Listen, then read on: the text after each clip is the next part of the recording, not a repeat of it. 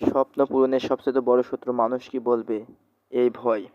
স্বপ্ন সেটা নয় যেটা তোমাকে ঘুমিয়ে ঘুমিয়ে দেখো। স্বপ্ন হলো সেটা যা তোমাকে ঘুমাতে দেয় না। এটি ভারতের প্রাক্তন রাষ্ট্রপতি ডক্টর এপিজে আব্দুল কালামের একটি বিখ্যাত উক্তি।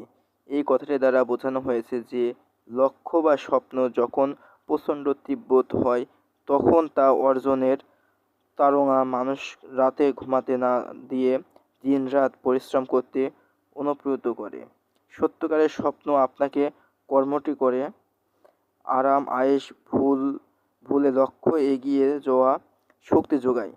যে স্বপ্ন দেখে সে শুধু স্বপ্ন দেখে, যে স্বপ্নকে বাস্তবে রূপ দিতে চায় সে ঘুম ভেঙে ওঠে, কাজ শুরু করে। স্বপ্ন কখনো একদিন পূর্ণ হয় না, কিন্তু প্রতিদিনের চেষ্টা একদিন পূর্ণ হয়। নিজের স্বপ্ন বিশ্বাস করলে অন্যরা তো আরও অবিশ্বাস করবেই। স্বপ্ন শুধু চোখে রাখলে চলবে না, চোখের নিচে কালি পড়া পর্যন্ত পরিশ্রমও করতে হবে। যত বড়ই হোক বাধা, যদি স্বপ্নটা সত্যি করতে মন চায় পথ একটাই, ঠিক বের হবে। স্বপ্ন পূরণের সবচেয়ে বড় শত্রু মানুষ কি বলবে, এটাই।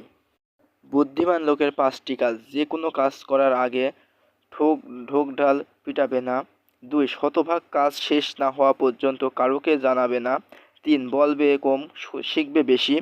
আর অযৌক্তিক তর্ককে জড়াবে না।